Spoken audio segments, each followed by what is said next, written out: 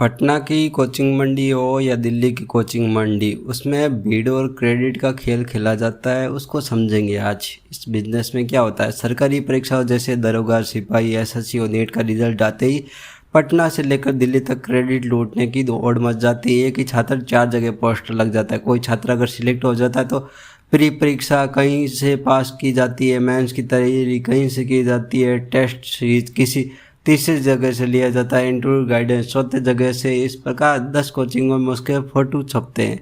Result आते ही चारों coaching संस्थान उसका पोस्टर छपा का दावा करते हैं कि ये हमारा छात्र है।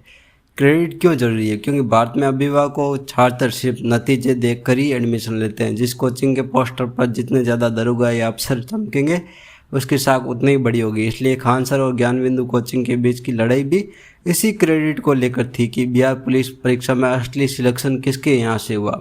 भीड़ का बिजनेस क्या है?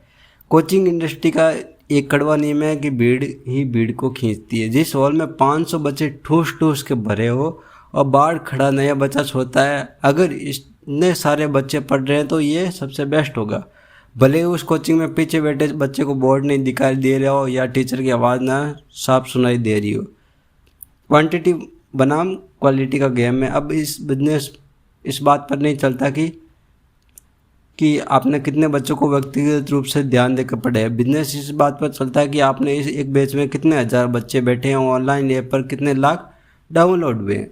क्रेडिट से भीड़ और भीड़ से पैसा कैसे कमाया जाता है उसके बारे में समझेंगे। देखो, ये एक लूप की तरह चलता है। जो संस्थान बहुत कम फीस लेते हैं जैसे 200-500, उसका गणित भी इस भीड़ पर चलता है। अगर 200 रुपये की फीस लेकर 2 लाख बच्चे ऐप पर आते हैं तो कितना कमाई हो गया? 4 करोड़ का कमाई हो गया। इसको बोलते हैं वॉल्यूम गैप। ज़्यादा फीस रखते हैं तो उसमें क्वालिटी का गेम रहता है, ना कि क्वांटिटी का। यहाँ पर क्वांटिटी गेम खेला जाता है। इस बिजनेस का सबसे डार्क साइड क्या है कि सफलता दर का धोखा दिया जाता है। मान लो कोई कोचिंग सेंटर में 1 लाख बच्चे पढ़ रहे हैं तो सिलेक्शन कितने का होता है? 500 का ही होता है। तो कोचिंग इसका ढोल पिटेगी। लेकिन कोई ये नहीं पूछता कि बाकी के 99,500 बच्चे जिनका सिलेक्शन नहीं हुआ और जिनका समय और पैसा बर्बाद हुआ उनका क्या है?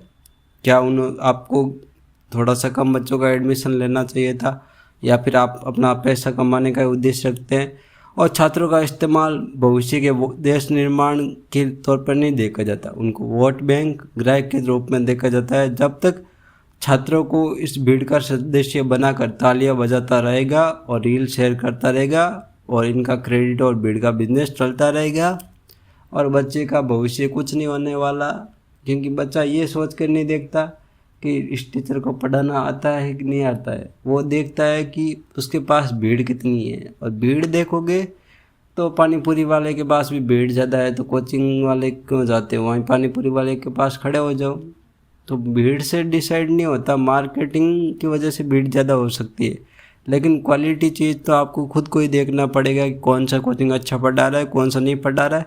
और उसके बाद आपको ये सिलेक्शन करना है कि देखो, एक कोचिंग सेंटर में 4 टीचर हैं तो ज़रूरी नहीं है 4 टीचर अच्छा पढ़ाते हैं।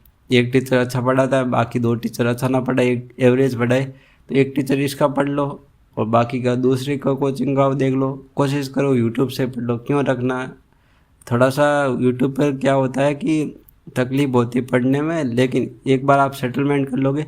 4 प्लेलिस्ट बना लो, जैसे अपना अलग अलग सब्जेक्ट का प्लेलिस्ट बनाया। अब टॉप वीडियो 4 दिन देके उसको ढूंढ के उसको प्लेलिस्ट में डाल दो, फिर कंटिन्यू उसके हिसाब से पढ़ो और फिर किताबों पर ज़्यादा फोकस करो। और नोट्स वगैरह मिल जाए कहीं जुगाड़ होके फोटोकॉपी सेंटर से, वहाँ से ले लो, काम बन गया। और फिर भी अगर सिलेक्शन नहीं होता तो कोचिंग में बैठ के थोड़ा सा मिल जाता है मोटिवेशन, नहीं तो लाइब्रेरी में बैठ के भी सिलेक्शन नहीं होता है।